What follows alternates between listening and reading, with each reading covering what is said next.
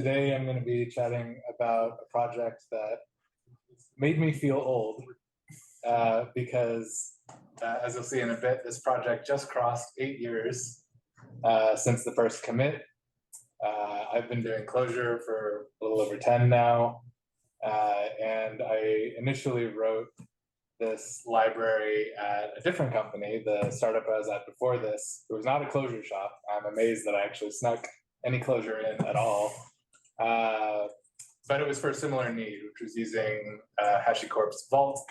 But I actually really don't want to focus on Vault itself. I mean, lots of you are familiar with what Vault is and why we use it, but really this is a lens on how sort of my thinking about Clojure has evolved over time, lessons learned in those long 8 years of using this library, and some useful idioms of how to design a friendly interface for library consumers, some of which we've applied even in our own mono repo, but are especially important when you're talking about writing a library for external consumption. So if anything, this shouldn't be vault-clj 2.x.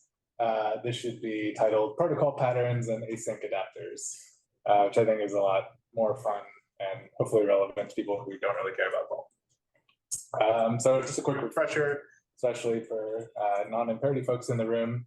When we're talking about Vault, we're specifically referring to the HashiCorp Vault product. Are we recording? Mm-hmm. Okay. Yeah. We're specifically talking about HashiCorp's Vault, which is a secret management system. And this gives you a unified way for managing both human, but primarily programmatic identities, permissions, and secret management. And importantly, for Amperity's use case, it's cloud agnostic and open source, so we can run it ourselves because we have to run in both AWS and Azure. I'd love it if we were AWS only, in which case we could use a hosted service for this, but using an open source project here means we're not coupled to the cloud-specific implementations. We can develop against this common interface that we run in both places. And for a brief sort of timeline of how this project developed, like I said, initial skeleton, the first commit, October 27, 2015. So just crossed that 8-year mark. And again, that was at a previous company. Then a little bit after I joined Amperity, we had a need for secret management when we were starting to actually, have a production and launch things instead of just everything running on people's laptops. So I had familiarity with Vault, adopted it here, and again, previous company, not a Clojure shop, so they had very little interest in maintaining a Clojure library after I left. So I got the project moved over to Amperity's GitHub org, and we started maintaining and developing it here. Mostly internal developments until late 2017 when more external people started using it. I think Vault itself was gaining popularity, so there's more reason for people to pick this up and started getting some external contributions, which is great. And then things sort of kept going for a bit, and then in 2019, we had an intern and we were trying to find something for him to do. And so one of the projects we gave him was adding KV v2 support to the Vault library. I'll get into what KV is here in a little bit, but the short version is it's a way of managing static secrets. So that was the version 2 that HashiCorp introduced for making the version 1 a little more sophisticated. Do you feel like you're the most productive in the fall? I just audit.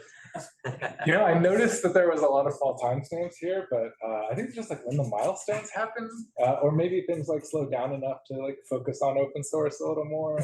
I don't know. We have a lot of fun in the summer. Yeah, that's true. Especially in Seattle, you got to get outside when you can. Then August 2021, yeah. Oh, okay, we have one non-fall date here. August 2021 was when I kind of decided, okay, like we need to sit down and actually rethink how this library is supposed to work. We've been dealing with a bunch of points of friction and pain for literal years at this point, even just at Amperity, and there wasn't really a clear path to fixing those without really fundamentally changing the way the library was structured, which will be the focus of this talk. February of this year, there's another big gap here because this was kind of a side project that trundled along in spurts here and there, but wasn't really a priority until February this year, where it had gotten into a good enough state that we decided, okay, let's bite the bullet and really like try and migrate our internal code base to use the 2.x branch. Did a bunch of work internally, took out some more bugs and edge cases, and the public 2.0 release was in October of this year. And then that takes us to today, where we are talking about the arc of this project. Okay, why a major rewrite? First point of advice, don't do major rewrites. If you have to, pick a non-conflicting set of namespaces. We didn't do either of those. But seriously though, what motivated this? As people who work at Amperity know, something I'm fond of saying, mistakes were made. And especially mistakes were made by 8 years ago Greg, who was not nearly as familiar with Clojure or had the experience of seeing how these patterns would play out in practice. So let's start by talking about our very first use case and kind of the predominant one, especially long ago when Vault first launched, which is managing static secrets. And so static secret is something that is sensitive material like a password, and you write it into secure storage. You want to make sure it's encrypted, that it's not going to leak, that you can carefully manage access to it, but it is static in that it stays the same. Like your password doesn't change out from under you. It's the same value until you go and do something different with it. And so this is where the KV secret engine comes in, because KV is for key value. Vault gives you a way to just write static data into the KV backend, and then you can read it out later. Very, very simple set of APIs. And so our first pain point, generic protocols. And I can hear you guys thinking, wait, protocols are supposed to be generic. I don't see the problem here. Well, we did it wrong. In the version 1 of the library, we have this vault.core namespace, and it was sort of the lowest layer of the code, and it defined a bunch of these common protocols. So we have a client protocol that gives you a basic way of checking on the status of the client and authenticating it with some credentials. We have a secret engine protocol, which gives you methods for listing secrets, reading them and writing them. And if you kind of squint at the protocol, especially the one on the right, this is basically a translation, pretty much one for one of the commands that the Vault command line tool gives you. So you can call Vault login and give it a method that you're authenticating yourself with. You can call Vault list and list the secrets stored under secret/foo or whatever path. You can read, write, and delete secrets from the KV backend. And so here the secret/ is the prefix that out of the box means sort of static secrets.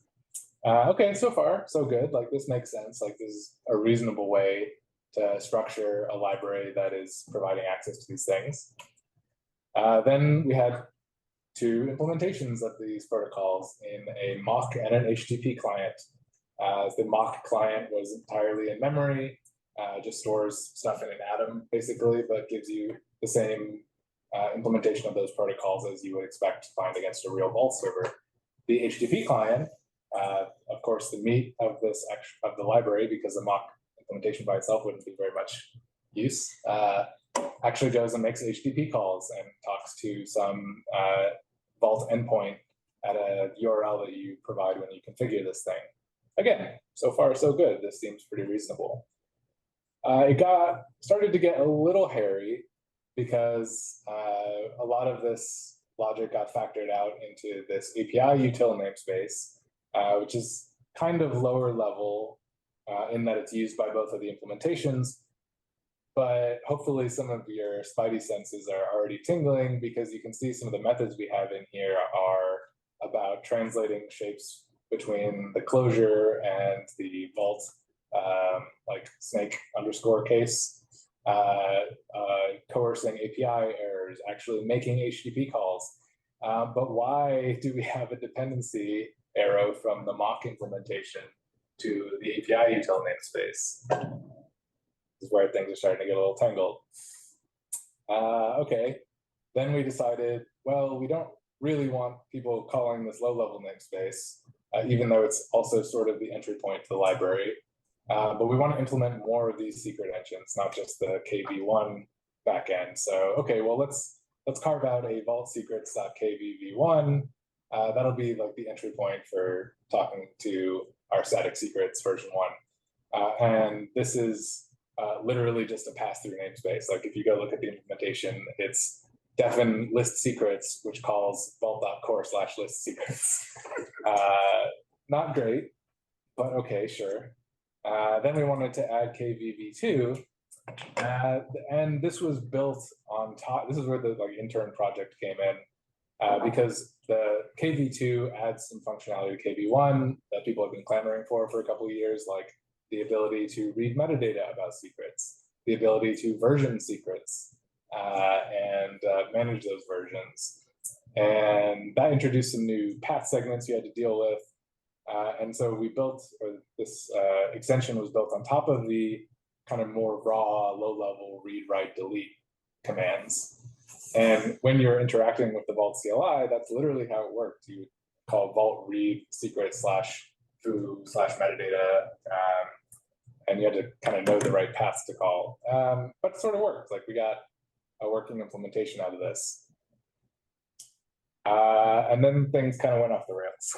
So static secrets are great, but where Vault really shines as its functionality is dynamic secrets. And these are credentials typically that Vault is an intermediary for. And so this graphic at the bottom is an example of how it works with the database dynamic secret engine, where as a user or a program, you can ask Vault, I want access to this database, and an admin has sort of already configured how that maps to some literal Postgres or MySQL or whatever backend. And Vault will turn around and use its admin permissions to create a time-bound user with a randomized password in that database and then give that back to the caller. And that's good for some amount of time. In this graphic, they say 7 days. In practice, we use 1 hour. And the expectation is that you keep interacting with Vault to either extend the lifetime of that dynamic secret or eventually rotate it by acquiring a new one.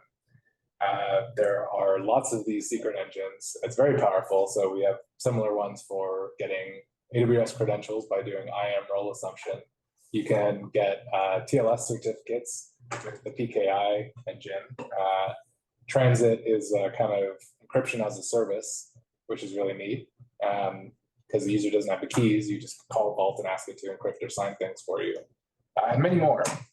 But hopefully, if we get back to this, how exactly are these supposed to fit into this very direct read-write list paradigm that we had with KVV1 in that core namespace? There was no real obvious way to do this, and even with the implementation of KVV2, we had been forcing more and more complexity into the mock and HTTP implementations, because even though everything was going through this set of low-level read, write, delete primitives, the behavior we were trying to implement with KVV2 was already more sophisticated than that.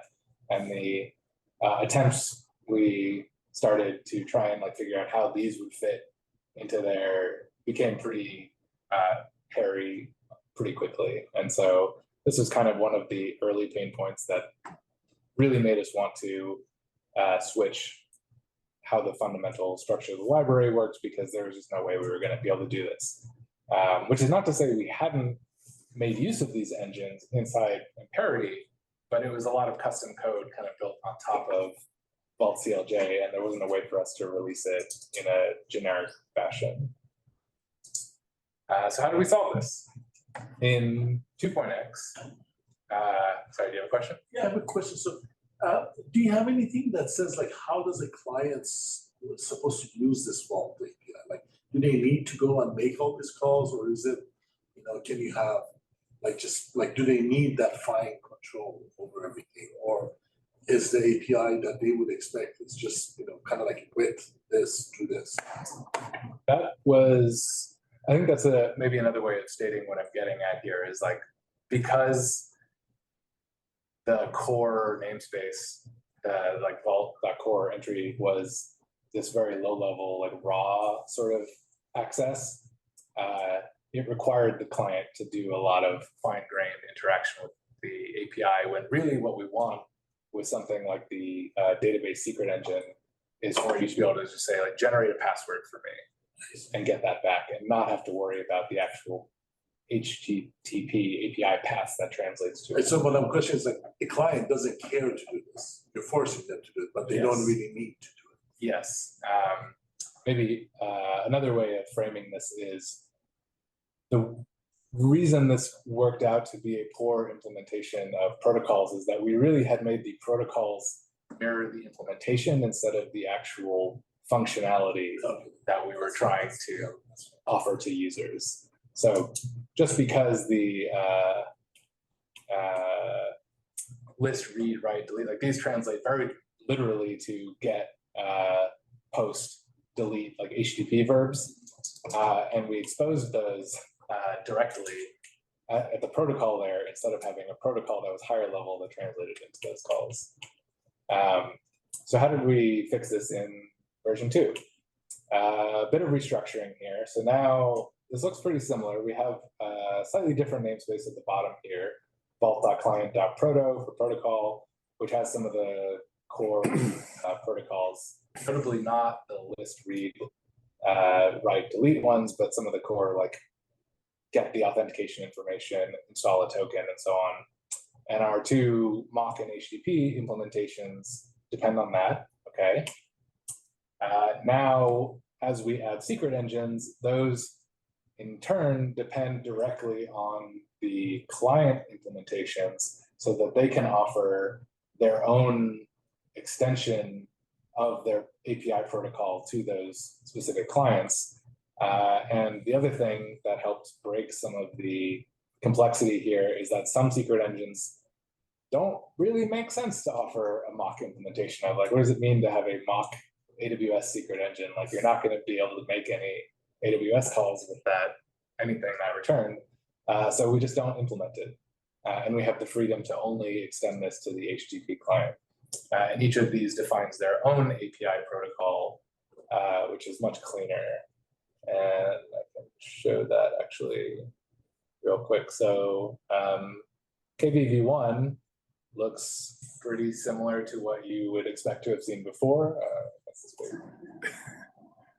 We got list secrets, read secret, bunch of options, write secret, and delete secret, and then it can extend it to the mock client type and say, okay, here's how we implement KVV1 against the mock client. And similarly, here's how we implement it against the API client.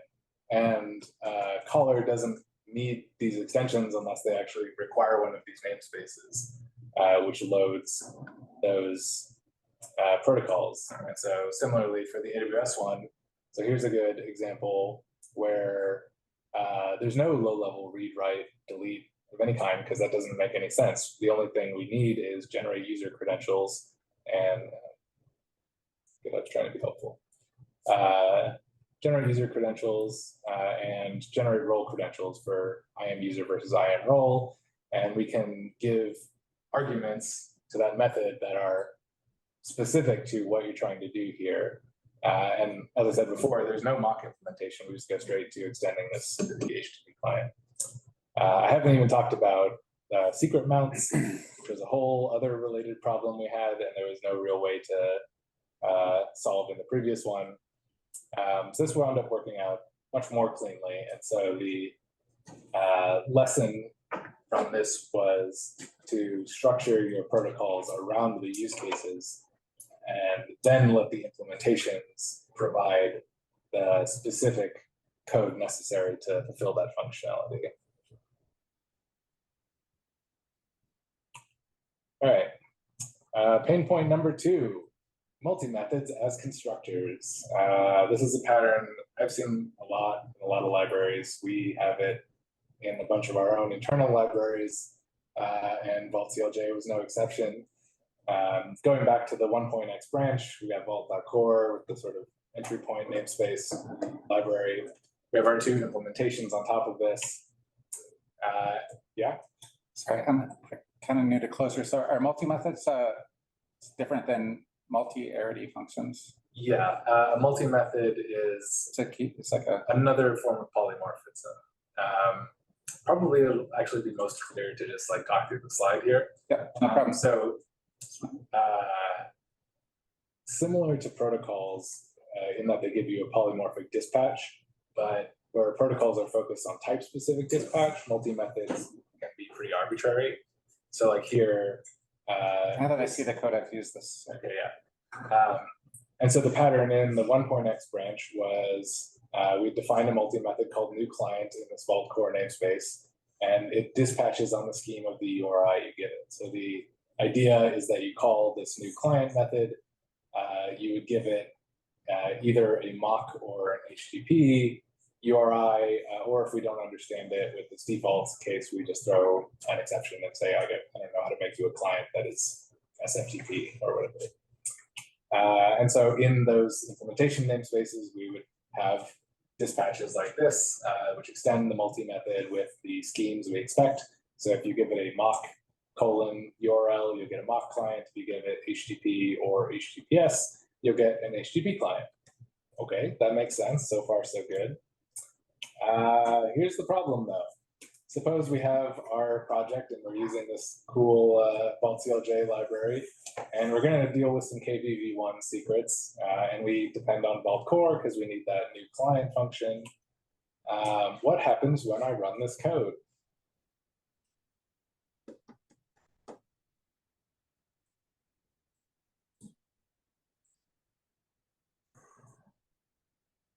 Well, a compiler error because you forgot to close your string at the end. Okay. Damn it. Okay, let's suppose I wrote that double quote at the end of secret foo. It would explode. It would tell you, hey, I don't know how to make a client from an HTTPS URL. And you might go, but vault-clj, that's your whole thing. Like, why are you blowing up there? And this is the trap that we fell into several times, not only with this library, but other cases where we've done this. If you look at this literal sort of dependency graph, the vault.client.http namespace is nowhere in it. If no code ever loads that namespace, your multi-method never gets extended. And it is completely valid for you to invoke that multi-method with something that you expect to work, but isn't going to actually construct the code. And so what we wound up needing to do was ensuring that all of our services somewhere at some point had a namespace that required vault.client.http, even if they were never going to directly call any function from that namespace, which is a pretty sharp edge and pretty awkward pattern as a consumer to have to like know about. Can you go back to how did the multi-method got created?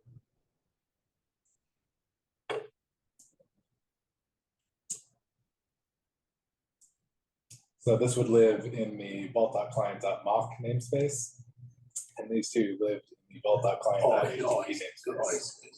Oh, that's right. They're not all the same. Right. Yeah, I could have made that a little clearer, but because the HTTP client namespace is where we defined the record that was the HTTP client, and so then the constructor was also in that namespace, and there's nothing higher level than that that sort of knew about both of them. I can ask probably a dumb question here, which is why not require the vault.client.http namespace inside vault.secrets.kbb1?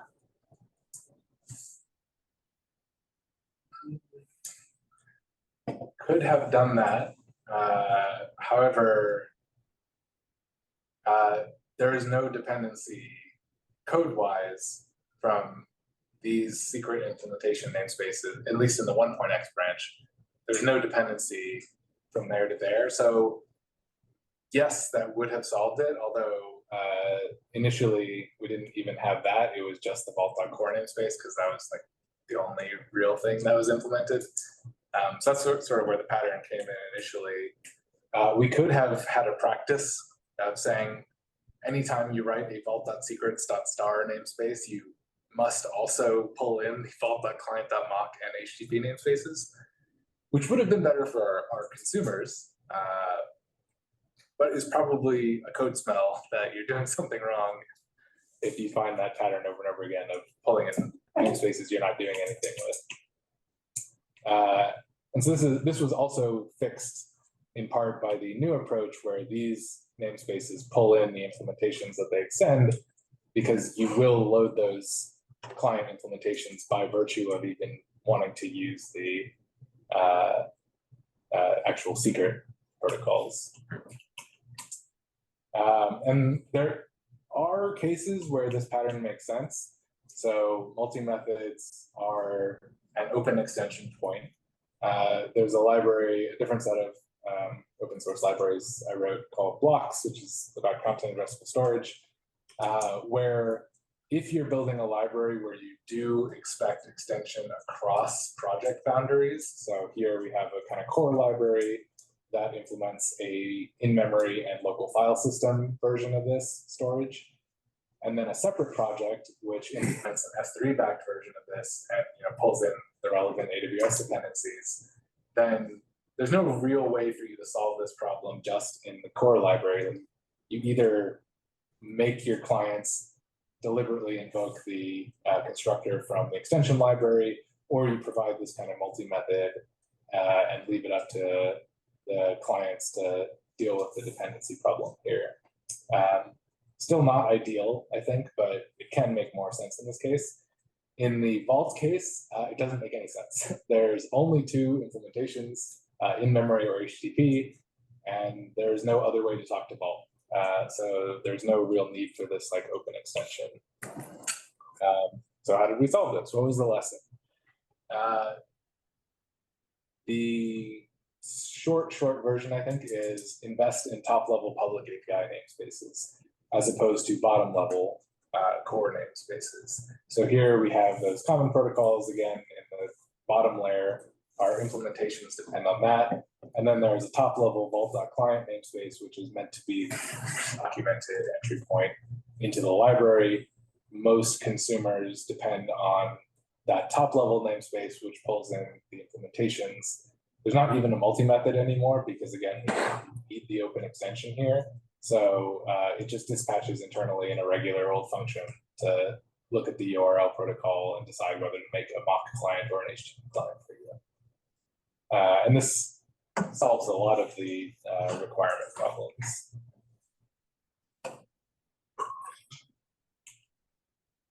All right, this is around the time that I ran out of time to make slides, so I'm going to be doing a lot more talking for the rest of this. Another thing that the vault-clj library does is secret maintenance and lease maintenance.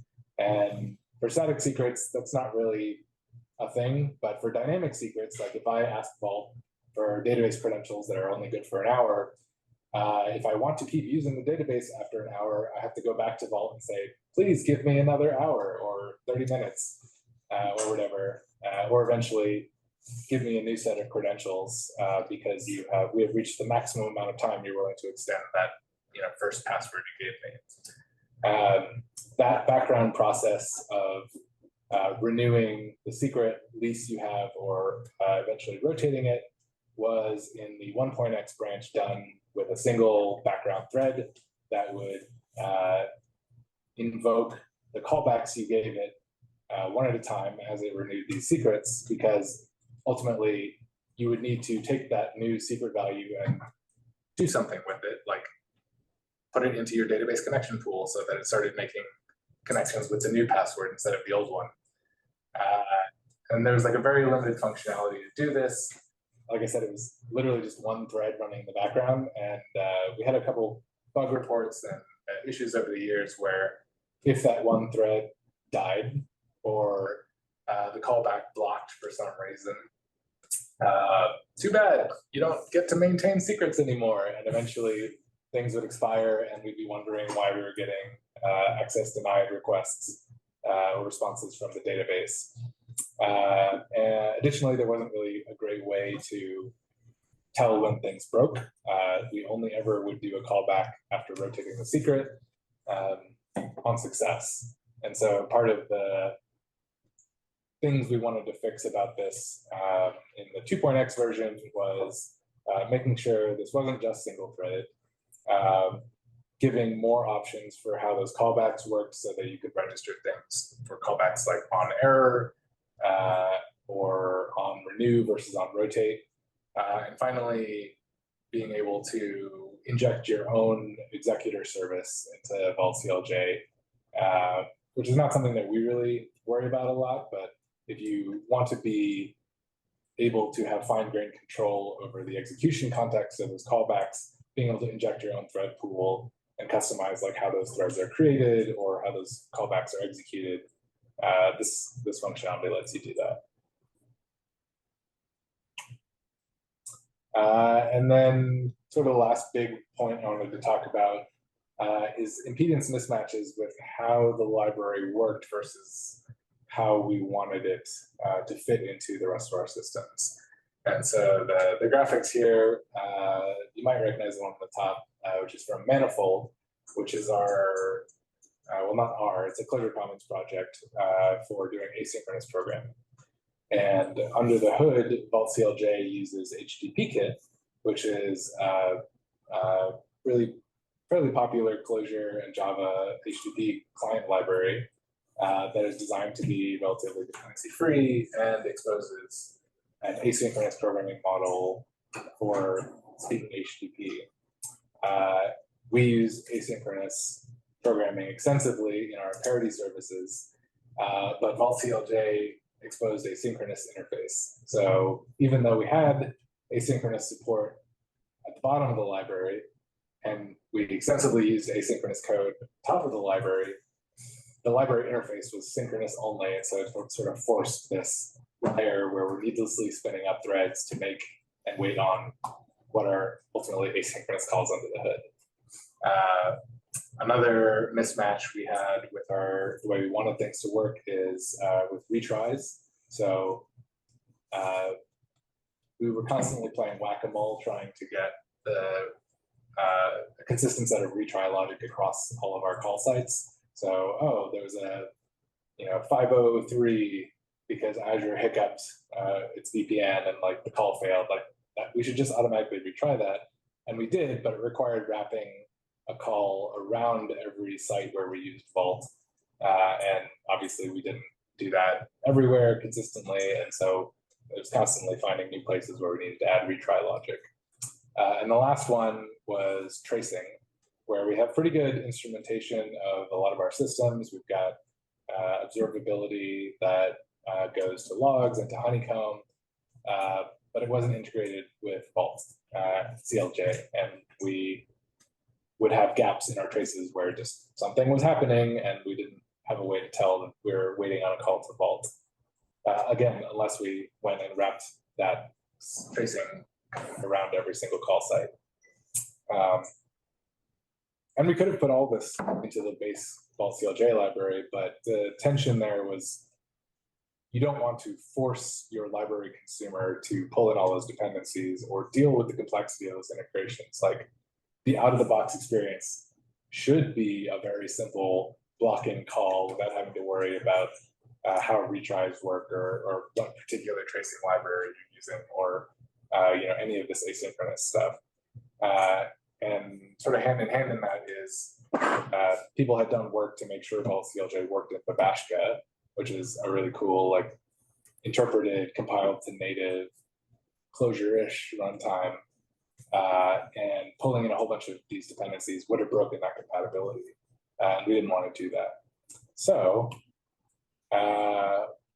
part of the other motivation for this 2.x rewrite was like, what if we could keep the out-of-the-box experience simple, but still get all of the sort of bells and whistles that I've been talking about?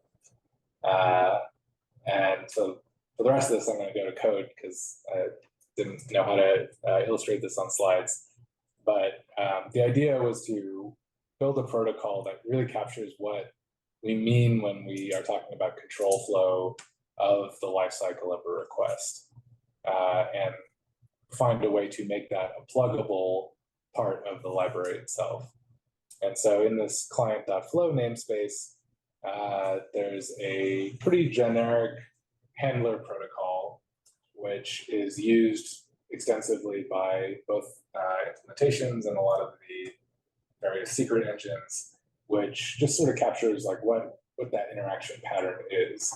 And for those of you who have worked with Manifold, you'll recognize a bunch of these where really we're talking about how do we make a call and return something that represents that work being done. Register that we have had a successful response to that call in that whatever state container the implementation gives us, or register that an error has happened. And then finally, wait for the response to be completed one way or another, successfully or erroneously on one of those containers. And so the HTTP kit exposes its asynchronicity either by promises or with callbacks. And so the simplest implementation of this control flow handler is you make a promise, you call the function on it, and then you do a throw in deref, which is just, it's really simple. The only reason we need this is because there's no way for a promise to throw an exception. You can put an exception in it, but then you get the exception out as a value. And so this is just saying, did the value we get out of this, is it a throwable? Then throw it, otherwise return it.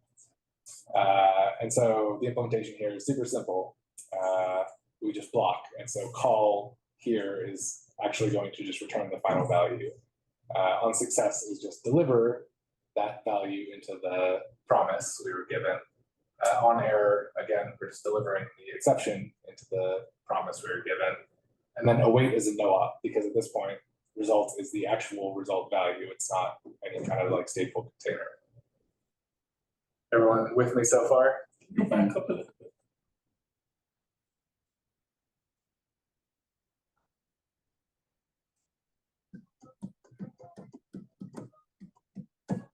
Is the intent here to implement the same protocol as Manifold without creating a dependency on Manifold? That's part of it, yeah. It's slightly broader than just Manifold. Like Manifold doesn't really have a notion of a separate await method. You just deref the promise or deref the deferred. And similarly, call is not something that Manifold really worries itself about, other than like defuture or something like that. But ultimately, the four functions do mirror how you interact with an asynchronous framework like Manifold. Even in the synchronous case, it's just very direct, where you just block instead of actually waiting and doing something in the background. The promise handler, which is the second simplest implementation, will make this a little clearer. So this call is almost the same as before. The only difference is we don't block. So now we're returning the promise directly after we call F to presumably asynchronously make some HTTP call or other operation. So the container we're given back from call is the promise itself. On success and on error are identical. We're just putting the value or the exception directly into that promise. And now, instead of a no-op, await is doing the throwing deref. So here's where we actually do the blocking. And by using this promise handler, the consumer of the library, when they make list secrets or a write secret call, instead of getting the value back directly, they'll get back a promise. And the call will happen asynchronously, and they can deref that promise to get the value they want. And then the last one that ships with the library, unless you're in Babashka, which doesn't have this class, is a completable future handler. And a completable future is something that's built into Java or the Java standard library, and is probably the closest thing to a manifold deferred that you'll find there, where a completable feature can throw an exception when you deref it if it has represented an error state. So very similar looking to the promise handler, except instead of a promise, we make a completable feature, call the function to kick off the request and return that feature object. Here, since it's not a Clojure thing, we're using Java interop. So we either complete the call successfully or we complete it exceptionally, as Java says, in order to record that an exception or success happened. And then instead of doing a deref, we're calling the java.get, which is basically just the equivalent of blocking until the operation is complete. And so this kind of provides the same type of experience as the promise handler, but it's a little nicer because we can actually throw an exception out of this value. And then this integrates, if you are using this kind of programming paradigm with Java completable features elsewhere, this means that vault-clj will sort of fit into that existing asynchronous programming model you're already using. So that's the stuff that ships with the vault-clj library. Now we can look at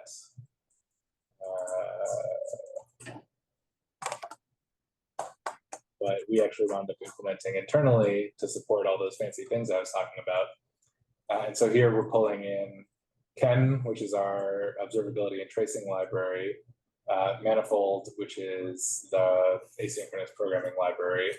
And then here's where we're defining a bunch of predicates to test different exception types, specifically ones that we might want to retry. So like, was this a server fault?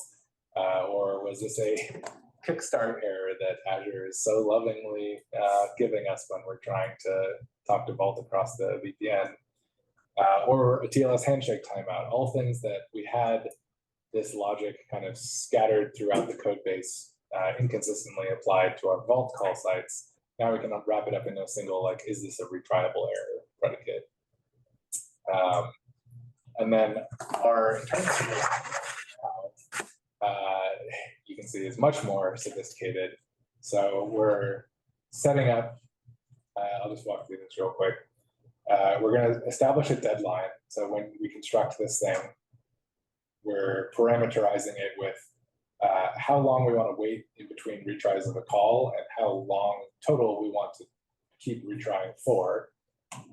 So we capture the start time and our deadline for this call completing one way or the other. Set up a bunch of tracing information. So what API is this that we're calling? What message do we want to apply to it? Tagging it with the Vault system. And then creating a deferred, and this is the manifold equivalent of making a promise. Attaching a finally function, so this is going to run when this result deferred gets completed one way or the other. And this is just recording the tracing span to Ken, basically, by finishing that up. And then where before we were returning either a promise or a completable feature as the sort of container, now it's this much more rich map where we are giving the original function that we called, the span information, start time, the deadline, and the result container. We kick off the call, and then we return the sort of wrapped finally results to the caller. On success and on error are setting up the tracing information again. On success, we can add some more of this tracing info into the outer span, which is what this annotate's doing. And then we use the manifold d-success on that result in order to install the result of the call as the value the caller gets. On error is pretty much the same in terms of setting up the tracing information. But here's where the retry comes in, because we can say, okay, this call resulted in an exception. Is this a retryable error? And do we have enough time for another retry? If so, then kick off a new request. And this is why we need to store the function that we originally called in that state map. And we want to add another bit of tracing here saying that we did a retry. And then we use manifolds scheduled manifold.time in to say, okay, in retry interval milliseconds, invoke this function again.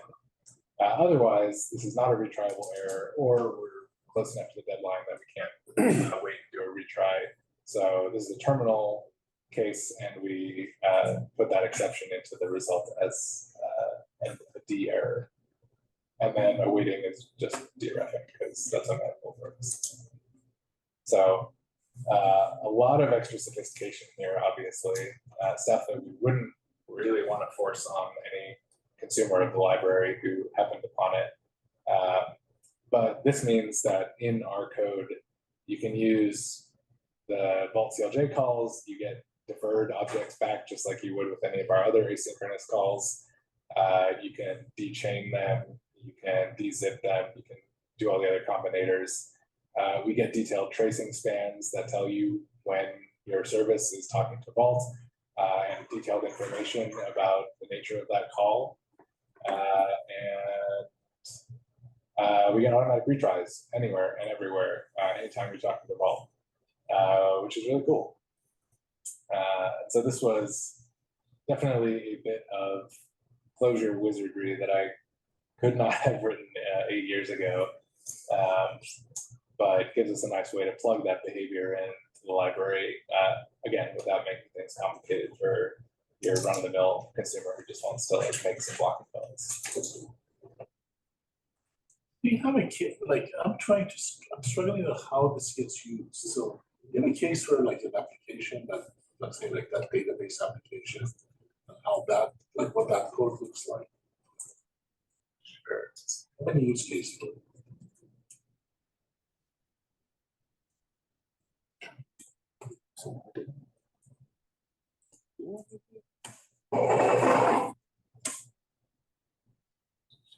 So this is sort of how our database pool works under the hood. We're using C3PO, if you're familiar with that.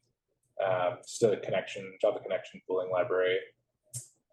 We have this set credentials callback, which is taking that database connection pool and is expecting to be passed like the username and password as credentials. And then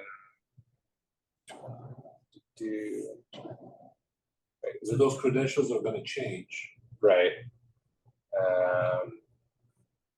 Here. Oh yeah. And so when you want vault credentials, this is making a callback function, which is going to install the data it gets back into the pool, and then database here, generate credentials is referring to the Vault secret database namespace. And so when we first construct this, we say, okay, Vault, generate credentials for this role, and role is defined as some configuration you set up in Vault. So in this case, it would be like, foo service is a role that maps to some database credentials in Postgres behind the scenes. We want to renew it, which means have that background process automatically saying when we are near the user expiring, like go tell Vault that we still need to use this. That has some maximum lifetime, which I believe is 24 hours. So it expires every hour, but you can keep asking for it to be extended up to 24 hours. And at that point, Vault will say, no, like you can't keep using this. So rotate means when you're in that sort of last window and you can't renew it anymore, you want to go get a new set of credentials for a new user that is good for up to another 24 hours. And then the on-rotate callback invokes this function with the new secret value you get after rotation. And so if our services are alive for more than a day, as they get to that last 24-hour period, the library will go ask for a new set of credentials. It'll install those into the connection pool, which will start issuing new connections with the new user. So the class you were showing, essentially, that these arguments goes to the def type that you have. Under the hood, yes, they flow through that, which is why there's this deref here. Like normally, if you didn't kind of customize the control flow handler, you wouldn't have this deref because you would get a synchronous response here instead of an asynchronous one. And then this is just sort of installing the first set of credentials we read into the database pool as a kickoff. One of my to-dos is to capture some of this for like the database integration we have and the AWS credentials integration we have, and open source those as kind of vault-clj extension libraries, because this has been stable for a pretty long time.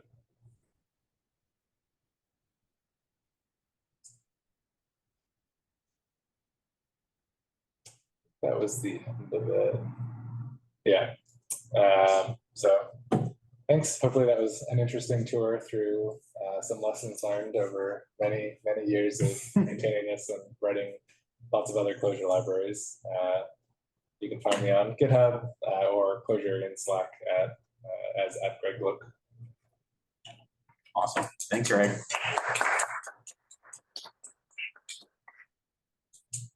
Any questions from New York or anything else?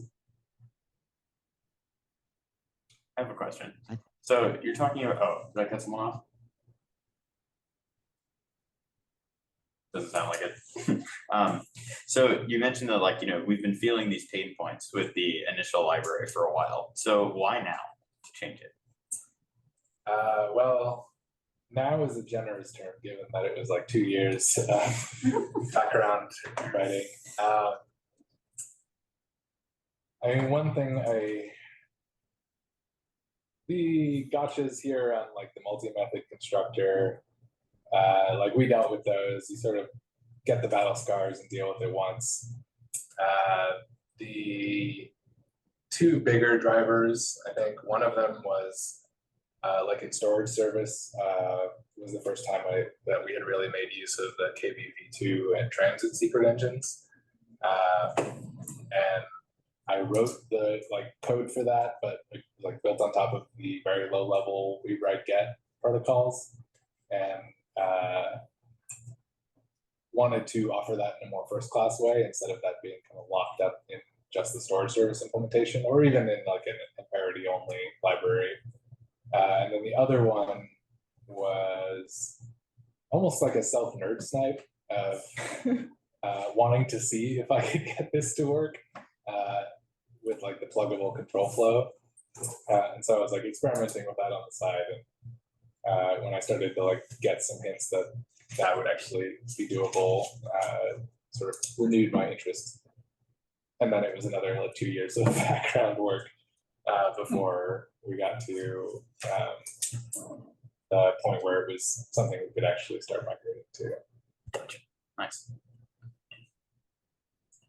No pluggable control flow concept. Would macros be able to help you on that? Or is that, because that's a very Java, like that what you're thinking is very Java, right? Is macros would that be a good way of thinking about this? I don't know how macros would help you with this specifically, because what's necessary to do this is like to have some way for the library consumer to inject the handling they want. Yeah, but see, that functionality could be injected wrong. Like, so you write your, like, the end user write his piece, then wherever the things needed. I think so you're saying like you could write a macro as outside the library that you would pretty much like wrap around any call you made to vault that would we would go inspect your sequence and say, or based on how you whether you want to retry that kind of stuff, to like kind of like the Go channels, they do that kind of stuff, right? They insert a whole bunch of logic into one small arrow, whatever you put it, right? And as opposed to that's all they say, all that stuff, right? And so it seems to me like that would be more risky version of way of thinking about it as well. It's like, and if you go, like one of the things about the feedback for your presentation would be, you should start with that end thing first, right? And then, so what is your, and then what is the functionality that gets injected into, right? And what does the end user see? And if you come from that, then the macros, I'm not sure if it worked. I mean, I haven't actually used the HashiCorp, so I don't know about the API and how it's actually being used. So what you showed me was the first time I was slide. But it seems like that kind of the workflow that you were talking about. I think you could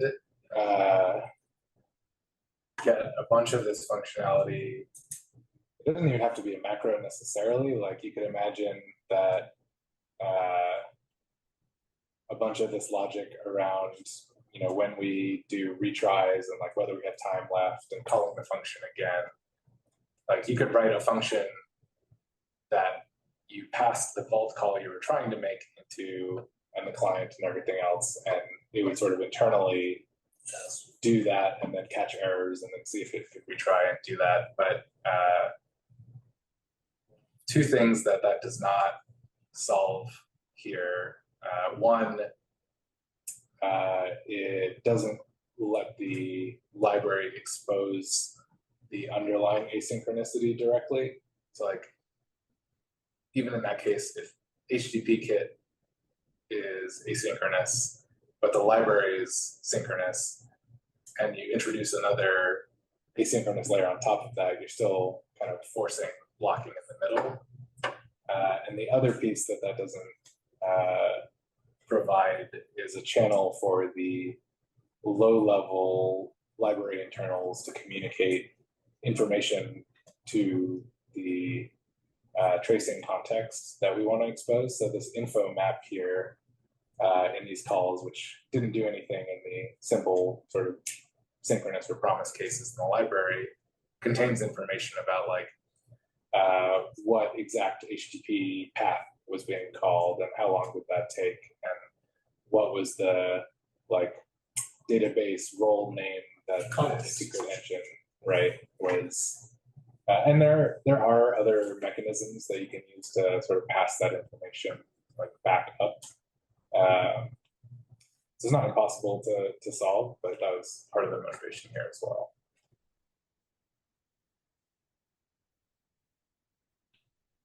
Can I ask a more low-level tactical question about why this part of the retry logic was designed around the idea of a deadline? I've seen this done several different ways. One of them is you say that there's a certain number of attempts that you're willing to do with the retry, and once you pass the number of attempts, you stop retrying. And I'm curious why a deadline is opposed to that. Was that driven by one of our internal needs, or? In general, I think fixed number of retries is simpler to implement, but more naive retry strategy.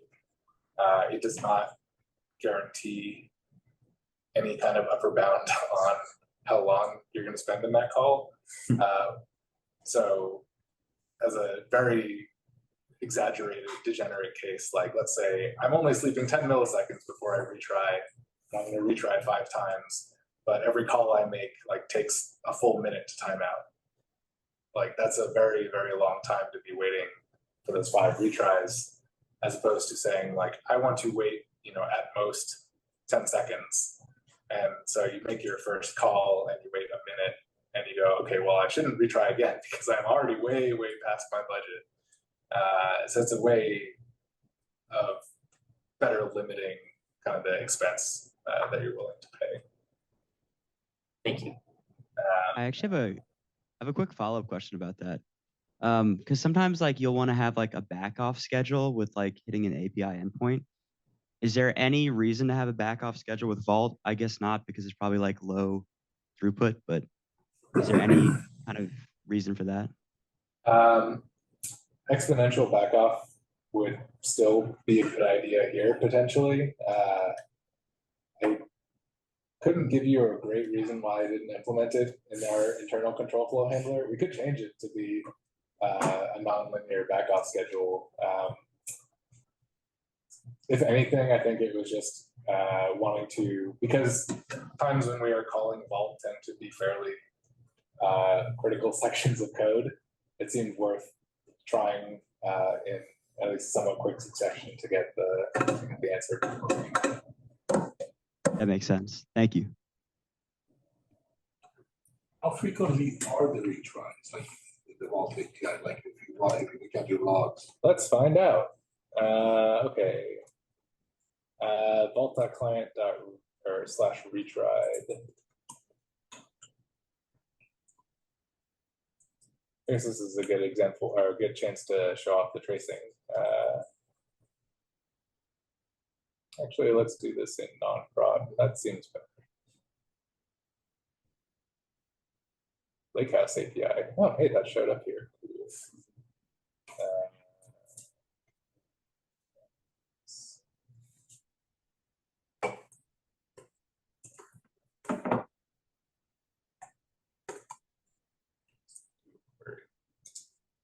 Honeycomb is like Datadog now. Is that similar?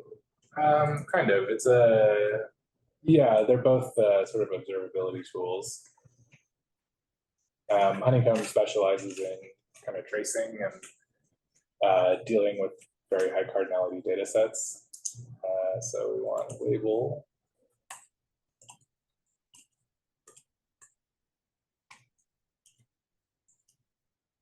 Oh wait, no, that's an attribute.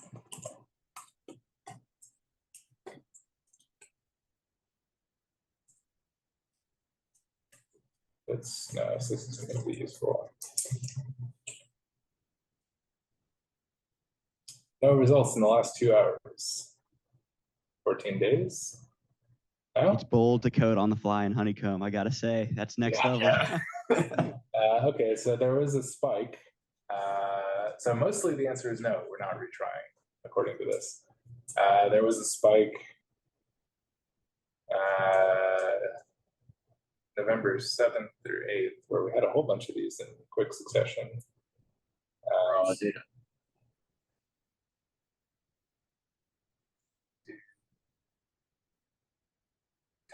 Okay. Oh, I know what this was. This was Azure doing maintenance on our Postgres instance. Yeah. Okay, well, this is not a very interesting trace because this is literally just the service kind of calling in the background. So there's no root span here, but a good example of the sort of information we want to be able to show in our tracing, where the error ultimately was failed to connect to the database.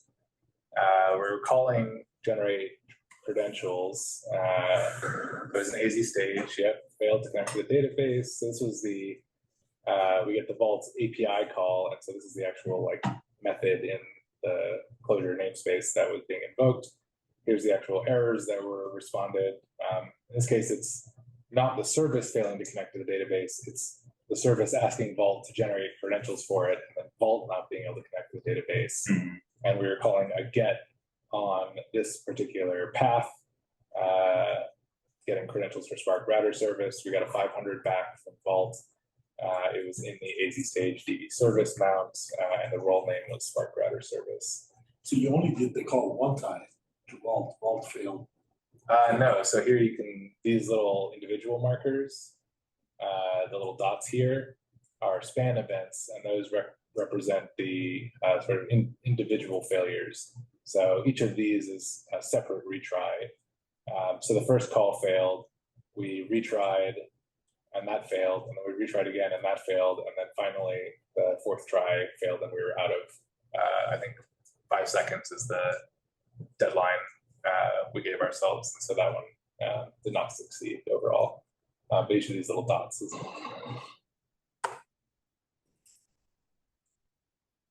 You have, I guess, failure when the call to vault fails, a failure when the vault fails, right? Yeah, those would be distinct cases, yeah. The vault never failed, it's called. Right, and going back to the predicates here, so those cases, these would have fallen under server fault, because we got a 500 from, like, Vault responded meaningfully to us, but with a server failure, as opposed to these would indicate, like, we didn't even successfully talk to Vault itself, but they all kind of get wrapped into this one notion of what's retriable. That's not. Whereas if we got like a 400, for example, that would not get retried because that doesn't indicate a retriable error.